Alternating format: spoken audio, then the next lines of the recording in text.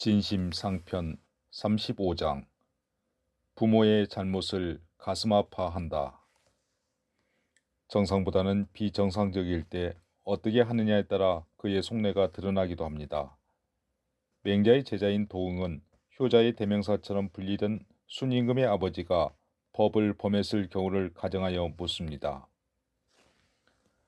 순이 천자가 되고 고요가 법관이 되었을 때 순의 아버지인 고수가 사람을 죽였다면 고요는 어떻게 하였을까요? 법대로 집행할 따름이었을 것이다. 그렇다면 순이 말리지 않았을까요? 순이 어찌 말릴 수 있겠느냐? 고요는 그의 권한을 전수받은 바가 있기 때문이다. 도응은 법 집행의 공정성을 묻고 있습니다.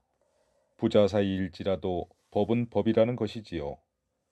고요는 법관으로서 그 자신이 따라야 될 공직자로서의 규범이 있으니 사적으로 눈감아 주기는 곤란한 상황입니다.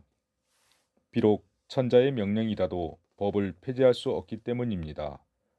아버지 고수에게 살인죄를 적용해야 될 상황에서 아들로서 순의 태도에 대한 도웅의 질문은 이어집니다.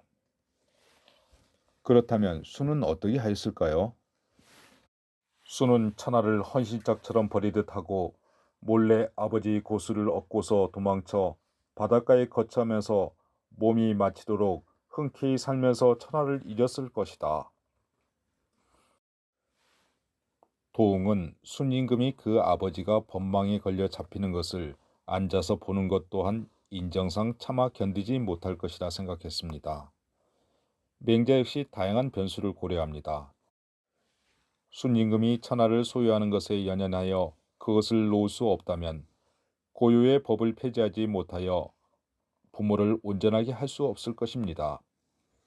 맹자의 판단으로는 순의 마음이 다만 부모가 있는 것만 알고 천하를 헌 집신처럼 가볍게 여길 것이니 고요가 법으로 다스리기 전에 그 부모를 몰래 얻고 멀리 도망하여 바닷가를 따라 피할 것이라 판단합니다.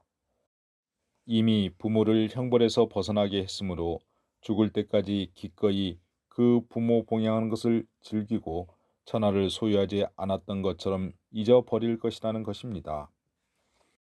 자칫 애매해질 수도 있는 상황인데도 맹자는 나름 슬기롭게 대꾸합니다. 주자의 주석은 그런 맹자의 마음을 다음과 같이 풀이합니다.